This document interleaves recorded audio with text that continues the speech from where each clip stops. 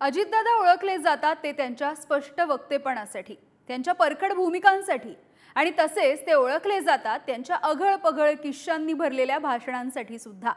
आता या दोन गोष्टींमुळेच अजितदादांची थोडीशी अडचण होताना दिसते आहे। ती कशी काय बघूयात।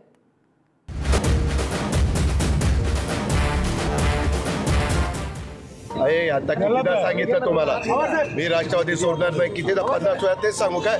दुसरे कुणी काही चर्चा करत असले तर त्या चर्चेला किंमत देऊ नका।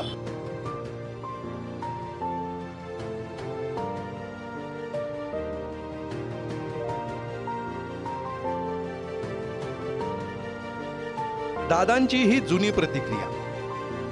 दादा किती ठामपणे आपली भूमिका, आपला विचार मांडतात याचं हे उदाहरण। तर असे आहेत आपले दादा, अजितदादा, जे बोलतात तसंच करतात।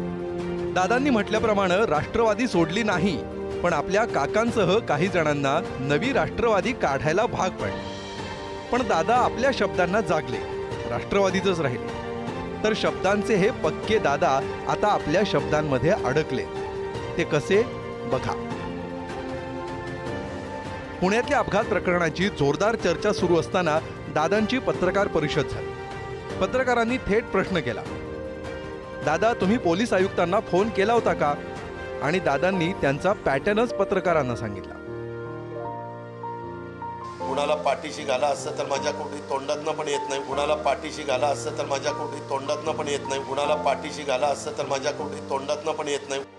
हे आहेत दादा, सॉलिड, पॉवरफुल, रोखठोक उत्तर देणारे दादा।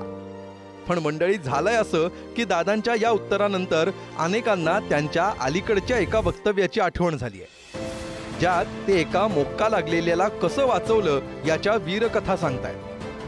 आता बारामतीमध्ये मला एका माणसाचं नाव सांगा, दादागिरी करतो ज्या त्याच्याकडे बघतोच कसं काय। सगळ्यांना सारखा न्याय मिळाला पाहिजे।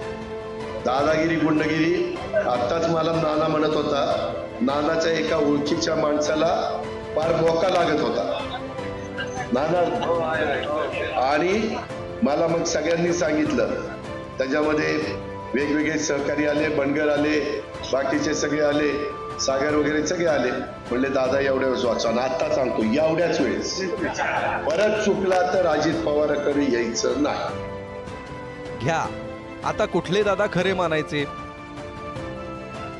निवडणुकीतले मोकळे ढाकळे भाषणबाज दादा, की निवडणुकीनंतरचे पत्रकार परिषदेतले ताठ कण्याचे अजितदादा?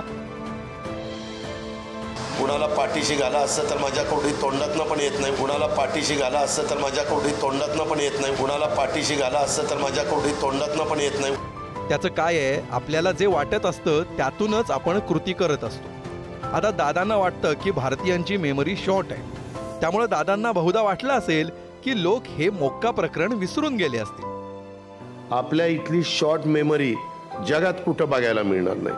अशी शॉर्ट मेमरी आपली भारतीयांची आहे, ही फॅक्ट आहे। दादा म्हणतायत ते बरोबर आहे। त्यामुळे येत्या काळात मेमरी वाढवणारे बदाम स्वस्त करण्यासाठी राष्ट्रवादीनं आंदोलनाचं तेवढं मनावर घ्यायला हवं।